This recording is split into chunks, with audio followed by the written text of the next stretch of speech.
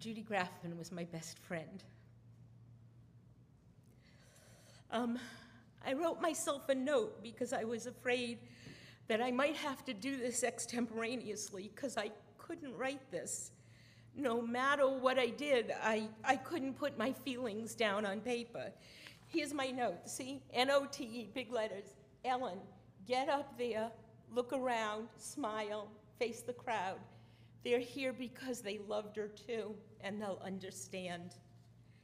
This is the hardest thing I've ever done, and I couldn't find the right words for today. No matter what, I just couldn't find them. Judy Grafman taught Sloan to eat broccoli. I called my daughter Sloan last night and I said, I can't do it, Sloan. I keep going to the computer over and over again, and I just can't do this. I've known Judy for 33 years. She's my best friend in the world, and I can't write. And Sloan paused for a second, and very quietly she said, Judy taught me to eat broccoli. She said a lot more too. But in those few words, Judy taught me to eat broccoli, is a lifetime of memories and sharing family holidays and spending time together and doing all the things that best friends do together. My dear, beautiful friend, Judy, I will miss you so much. 33 years ago, we moved to LA, and Steve met this formidable salesman at work. And when he found out that A, we were Jewish, and B, we lived in Woodland Hills, he and his wife, Judy, invited us to dinner. And on the way home that night, I turned to Steve, and in a very stern voice, I said to him, be nice to him, Stephen.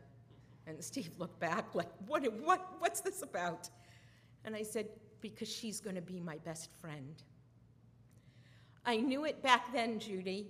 I knew you'd be there to give me tips on child rearing. Stop spoiling her, Ellen. I'm sorry, Judy, I did it anyway. Recipes for great chocolate desserts, like this thing with graham crackers and custard that came from her sister Arlene's cookbook, and advice when I was down and didn't quite know how to handle whatever was going to happen next. I can hear her voice in that assured tone saying, now this is what you're gonna do. You're gonna get dressed right now, and you're gonna wash up, and you're gonna come over here, and it makes me smile to remember it, because somehow, Judy, you always made things better. The other day I went walking, and I passed by one of the new stores in the mall, and in the window of one of these new stores was this great set of black and white dishes. And I gasped for breath, and I said, oh my God, I gotta go home and call Judy and tell her about, and I realized that she wasn't there for me to call anymore. You're not here with me anymore, Judy, to plan the holidays like we've done for 33 years. No, Ellen, we don't need 3 main courses and 6 desserts. To talk on the phone like we did every day right after Sloan and Shaney went off to school, and we were reading the paper and Judy was having her coffee and we were planning the day all at the same time because Judy was quite a multitasker. To grow old together like we planned, watching our grandchildren, Jake and Justin and Bryce, play together the way our daughters did so many years ago at Kittredge Park. I want to say the right thing for you, Judy. I want it to be just perfect for you. I bet you thought she was tough. I bet you heard her tell that waiter exactly what she wanted. No ice in my water, and I want a steak knife, please, a sharp knife. And I bet you thought she was tough. But I wonder how many of you saw her stand up for her friends or stand over one particular child as he struggled to do his homework.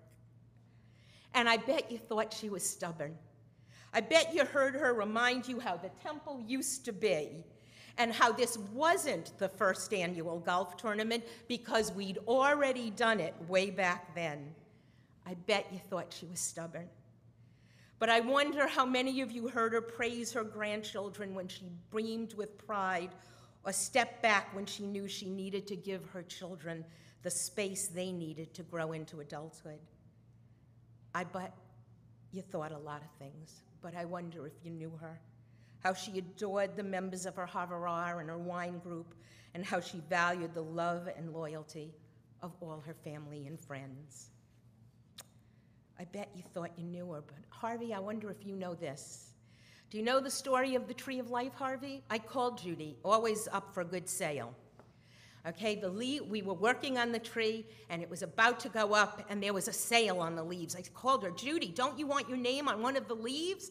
And she said, it's a sale, good, I'm signing up. And she sent me the type that was to go on the leaf, and it was signed Harvey and Judy Grafman. And the old teacher in me called her and said, Judy, I think grammatically it's supposed to be Judy and Harvey Grafman.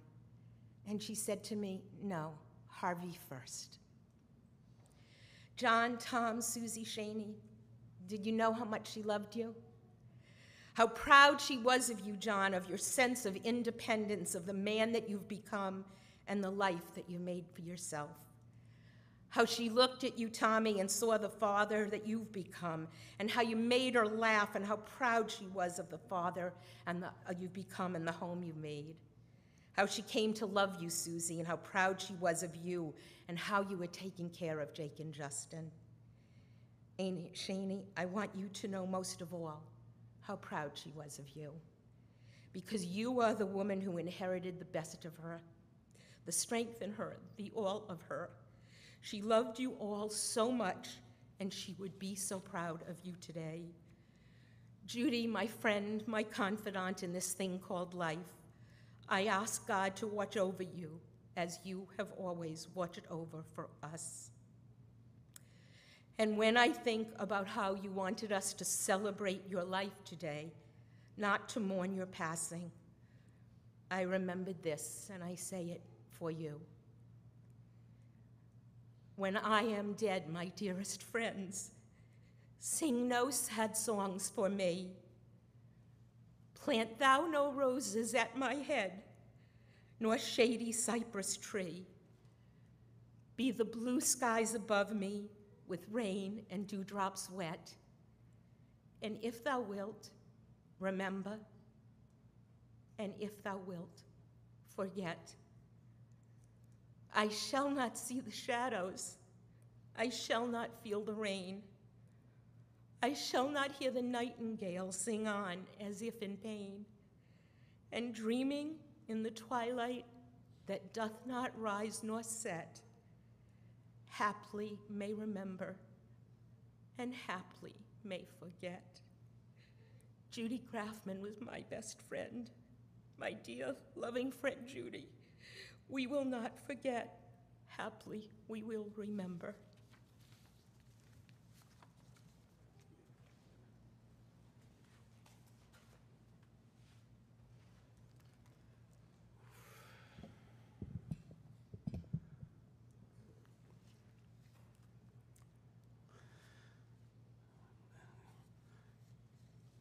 To know Temple Aliyah, to know that Ellen was always a hard act to follow on this bima. Harvey, so much has been said, but so little really has been touched on in terms of Judy's life. For you, for John and Tommy, Susan, Shaney, for Jake and Justin, for Grandma Neela, part of the family for many years, sisters-in-law Dorothy and Selma, brother-in-law Leon. It's a lifetime, each of you a lifetime of love that she's given. And I know the stories of Judy because I saw her at work. I saw her great love of family. Later on, I heard the stories about